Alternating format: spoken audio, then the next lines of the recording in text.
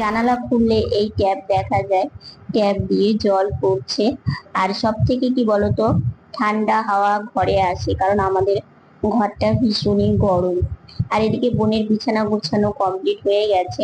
বিছানা গোছানোর পরে বিছানাটা এইভাবে একটু ঝাড়ু দেয়, ঝাড়ু দিলে বেড কভারটা টান টান হয় আর ভালোও লাগে। আর একটা কথা কি জানো তো, যখন দেখবে মনটা একদম ভালো লাগে না, তখন জানালার পাশে বসে আকাশের দিকে তাকিয়ে থাকলে মনটা কিন্তু খুব ভালো হয়ে যায়। আর আমাদের এই রাস্তা দিয়ে তো সব সময় লোকজন যাতায়াত করতেই থাকে, তার সাথে গাড়ি ঘোড়া, বেশ ভালোই লাগে। শুভ সকাল আমার প্রিয় বন্ধুরা, তোমরা সবাই কেমন আছো? আশা করি যে যেখানে আছো ভালো আছো, সুস্থ আছো। আমরা ভালো আছি। আজকে হচ্ছে রবিবার, আর এখন বাজে 10টা 9। নতুন দিন, নতুন সকাল, তোমাদের সঙ্গে নিয়ে নতুন একটা ভিডিও শুরু করলাম বন্ধুরা। সকালবেলা ঘুম থেকে উঠে ফ্রেশ হয়ে এখানে এসে বসেছি, খাবার খাবো। এই জায়গাটা না বেশ সুন্দর হাওয়া লাগে, গেট খোলা তো বেশ সুন্দর হাওয়া লাগে। আর ওয়েদারটা রৌদ্র ওঠেনি, হাওয়া আছে। আর হচ্ছে মেঘলা মেঘলা। তো কালকে তো বৃষ্টি হয়েছে রাত্রিবেলা, সকালে আর সেরকম বৃষ্টি হয়নি, কিন্তু আকাশ মেঘলা, হয়তো আসলেও আসতে পারে। তো এদিকে হচ্ছে আজকে একাদশী আছে, তো একাদশীর জন্য যেদিন হয় সেদিন 2 জায়গা রান্না হয়। তো আজকে 2 জায়গা রান্না বান্না আছে। তো এখন হচ্ছে খাবার খাবো, খাবার খেয়ে তারপরে ঘরে গিয়ে ওষুধ খাবো। তো সারাদিন সঙ্গে থাকো। সকালে খাওয়া কমপ্লিট করে চলে এসেছি ঘরে, ওষুধ খাওয়া হয়ে গেছে। আর সকালে তো চিড়ে খাই। তো যাই হোক, এদিকে হচ্ছে বোন যাবে স্নানে, তো সেই জন্য আমি লাইটের সুইচটা দিচ্ছি আর ঘরের সুইচটা বন্ধ করে দিলাম। আর এইদিকে হচ্ছে আজকে একাদশীর জন্য রান্না হয়েছে বড়ি দিয়ে সবজির ঝোল, একদম হালকা পাতলা। আর ওইদিকে হচ্ছে এই রান্নাটা আগেই হয়েছে, শ্যামা। তো এদিকে আমি খেতেও বসে পড়েছি। আর শুধু বড়ি দিয়ে ঝোল করা হয়নি, তার সাথে না ডুমুর সেদ্ধ দেওয়া হয়েছিল। অনেকদিন পর এই ডুমুর এনেছে। আর ডুমুর সেদ্ধ খেতে দারুণ লাগে, ডুমুর সেদ্ধ বলো, ডুমুরের তরকারি বলো। আর বেশ সুন্দর হয়েছিল ঝোলটা, একদম হালকা পাতলা। তারপর এখানে মেলা আছে। তো এখন আবার দেখছি কি ঝিরিঝিরি 1-2 ফোঁটা বৃষ্টি পড়ছে। তো ছাদের নিচেই আছে, ভিজবে না। তো আমি স্নান করলাম, স্নান করে হচ্ছে আসলাম একটু ঘুরতে, ভাবলাম একটু ঘোরাফেরা করি। তো সেই জন্য একটু ঘোরাফেরা করছি। আর ঝিরিঝিরি বৃষ্টি এই এখন থেকে শুরু হলো, এতক্ষণও ছিল না। তো এখনই শুরু হলো ঝিরিঝিরি বৃষ্টি। আজকে আমার স্নান করতে যেতে যেতে লেট হয়ে গেছে, কারণ আজকে রান্নাটা তাড়াতাড়ি করে নিয়েছে। তাড়াতাড়ি বলতে তাও একটু দেরি হয়েছে, দাদু এসেছিল। দাদু এসেছিল, আর একাদশী দিন তো দাদু আসে না, দাদু আসে দ্বাদশীর দিন। তো দাদু এসেছিল একটু দরকারে, তো সেটা মানে একটু গল্প সল্প করলো আমাদের সাথে। তারপর দাদু চলে গেল, তারপরে রান্না বান্না বসানো হলো। তারপরে রান্না বান্না কমপ্লিট হলো, 2 জায়গায় রান্না, হচ্ছে একাদশী আর আচ্ছা আমাদের রান্না আলাদা। তো রান্না বান্না করে তারপরে খাবার খেয়ে নিয়েছি, নাহলে খেতে খেতে অনেক লেট হয়ে যেত। তারপরে হচ্ছে গেলাম স্নানে, স্নান করে এখন সারাদিনে আকাশটা মেঘলা জানো তো, রোদ্রু নেই, 1 ফোঁটা রোদ্রু নেই, হাওয়া আছে।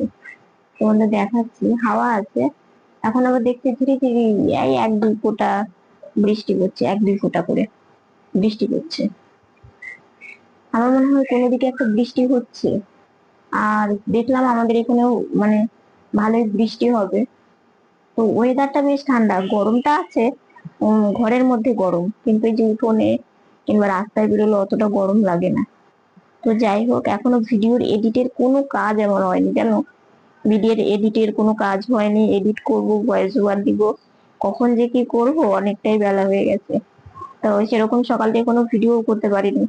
মানে কি বলতো, রান্না বান্না তো আজকে মাত্র সেরকম বেশি না, তো সেই জন্য রান্নাটাও মানে সেইভাবে করতে পারিনি ভিডিওটা। মানে আমি একটু শুয়েছিলাম আর কি, কারণ শরীরটা দুর্বল লাগছিল, তো একটু শুয়েছিলাম। তো সকাল থেকে ভিডিও সেরকম করতে পারিনি। তো ভাবলাম যে হচ্ছে স্নান হয়ে গেছে, সাজুগুজু কমপ্লিট করেছে, করে ভাবলাম যাই একটু উঠোন থেকে ঘুরেও আসি, তোমাদের সাথে একটু কথাও বলি।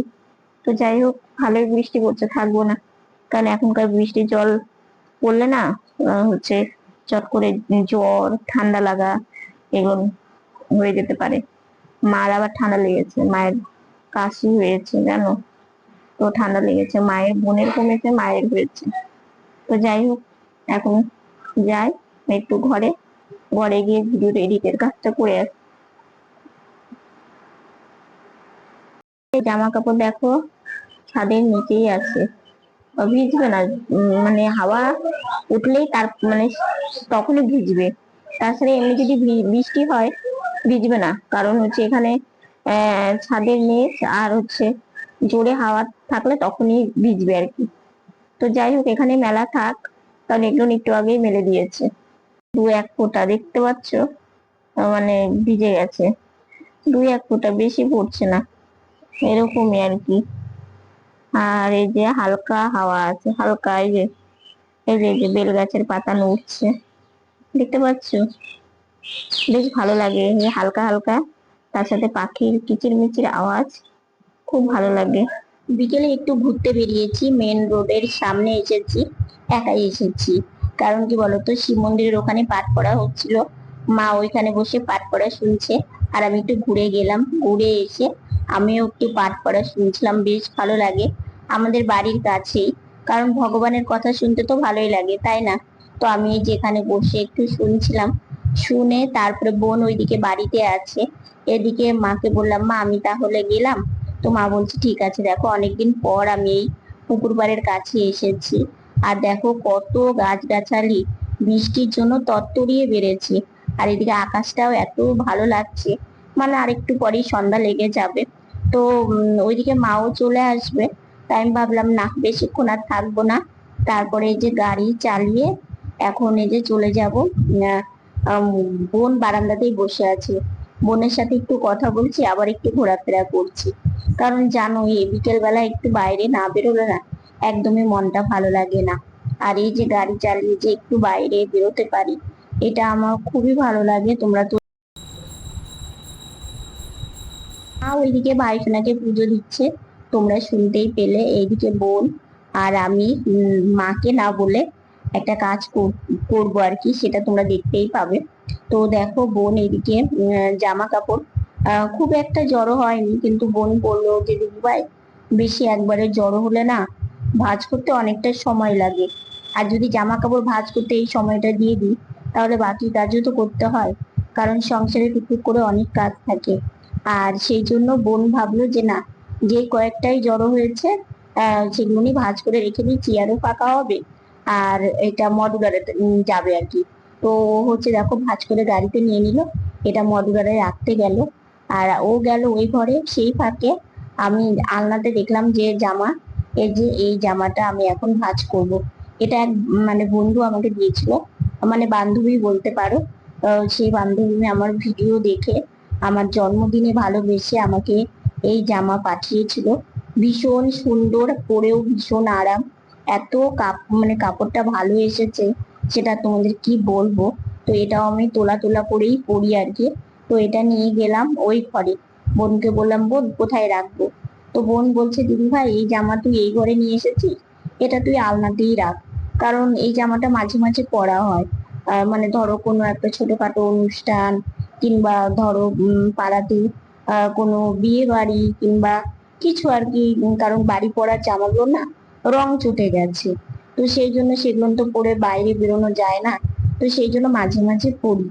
আর বোন আমাকে বলেছে আলনাতে রাখতে, বোন বলছে দিদি ভাই তোকে বলেও আমি ভুল করেছি, আসলে ইচ্ছে করে গো কিন্তু পারি না, আমি রাখতে গিয়ে জামাটা ঠিকঠাক রাখতে পারলাম না।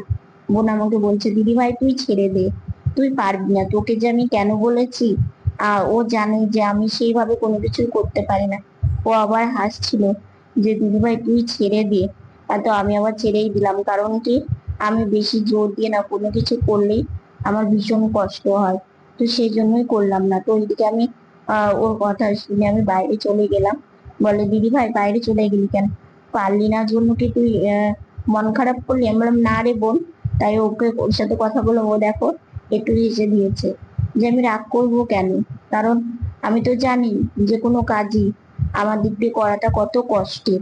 তো চলে আসলাম ঘরে, ঘরে এসে ওইদিকে বোন হচ্ছে কাজ করছিল, তো ভাবলাম এই ঘরে দুটো লাইট জ্বলছে, ফ্যান চলছে, কারণ যেহেতু ভিডিও করলাম আর একটু লাইট দিতেই হয়। তবু আমাদের ঘরের আলোগুলো না একদমই কম, জানো তো।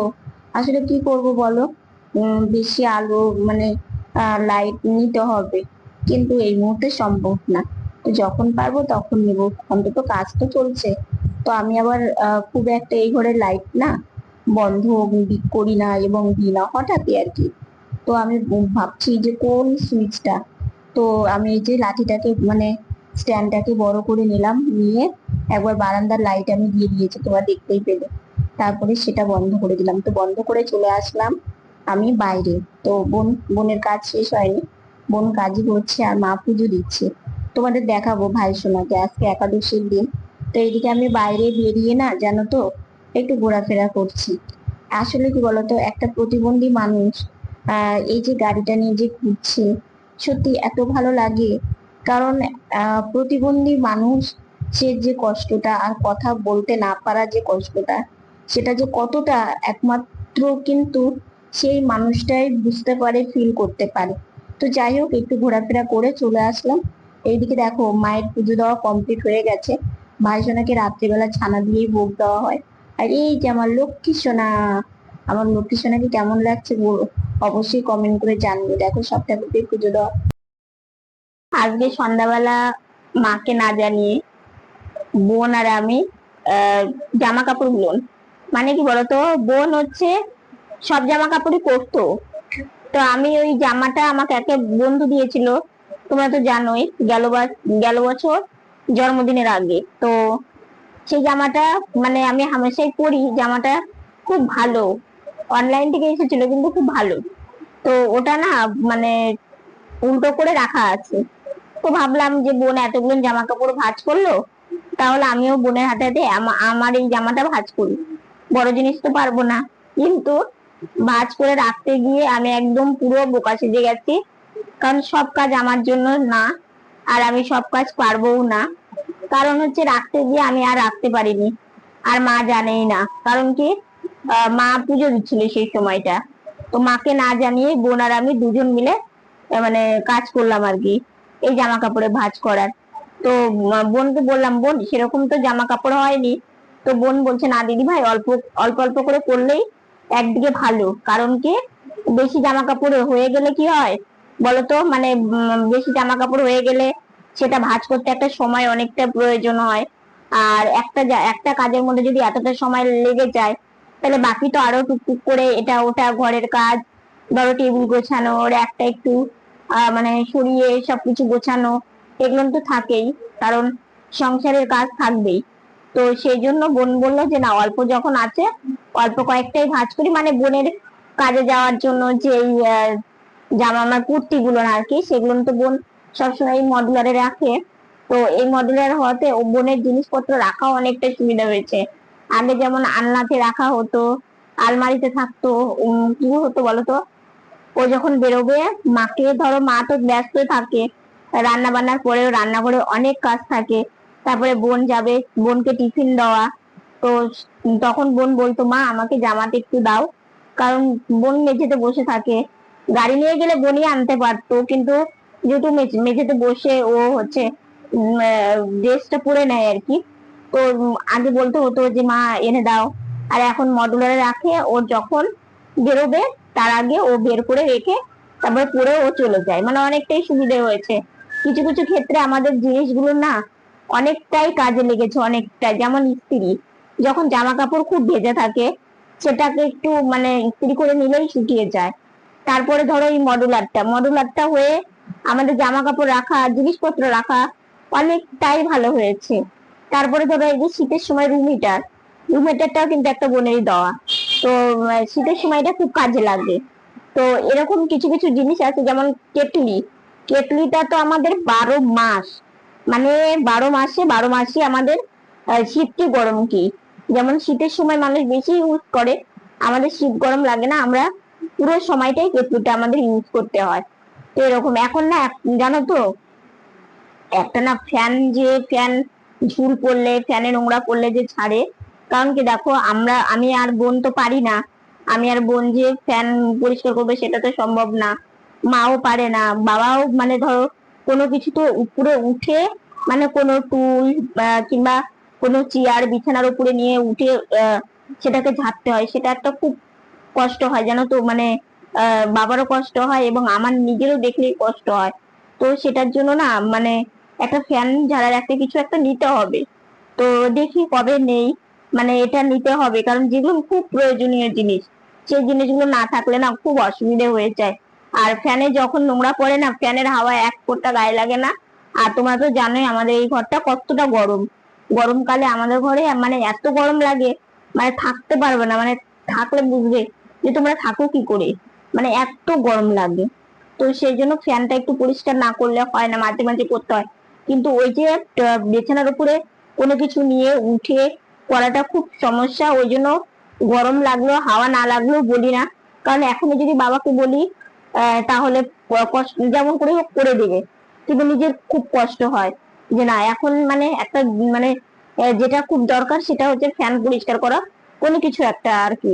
তো যাই হোক, এরকম টুকটুক করে সংসারের তো প্রচুর কিছু প্রয়োজন ছিল, প্রচুর কিছু প্রয়োজন ছিল। আর মানে তোমাদের ভালোবাসা এবং তোমাদের আশীর্বাদে অনেকটাই হয়েছে, এখনো টুকিটাকি অনেক কিছু আছে। ধীরে ধীরে মানে যখন হবে অবশ্যই তোমাদেরকে তো জানাবোই, কারণ তোমরা আমার পরিবার। তো দুপুর বেলায় তো দুই এক ফোঁটা বৃষ্টি দেখলে, ওই বৃষ্টির কোনো কাজ ছিল না, ওই বৃষ্টি হয়ে আরো গরম বেশি পড়ে। আর কোনো বিকেল থেকে কোনো বৃষ্টি নেই। তো আজকে একটু একা একাই ঘুরতে গিয়েছিলাম, মানে আমাদের এখানে শিব মন্দিরে পাঠ করা হয় একাদশী করে, তো ওখানে একটু বসেছিলাম, তারপরে একটু গাড়ি চালিয়ে ঘুরলাম, ঘুরে টুরে বিকেল বেলা বাড়ি চলে আসলাম। তো যাই হোক, আজকে তো এতটুকুনি, তো আজকের ভিডিওটা এত পর্যন্ত। ভিডিওটা ভালো লাগলে লাইক কমেন্ট শেয়ার করো। আমার ভিডিওটি যদি নতুন দেখে থাকো সাবস্ক্রাইব করে পাশে থাকা বেল বাটনটা অল করে দিও। তো বন্ধুরা তোমরা ভালো থেকো, সুস্থ থেকো, সাবধানে থেকো, দেখা হচ্ছে নতুন একটা ভিডিওর সঙ্গে।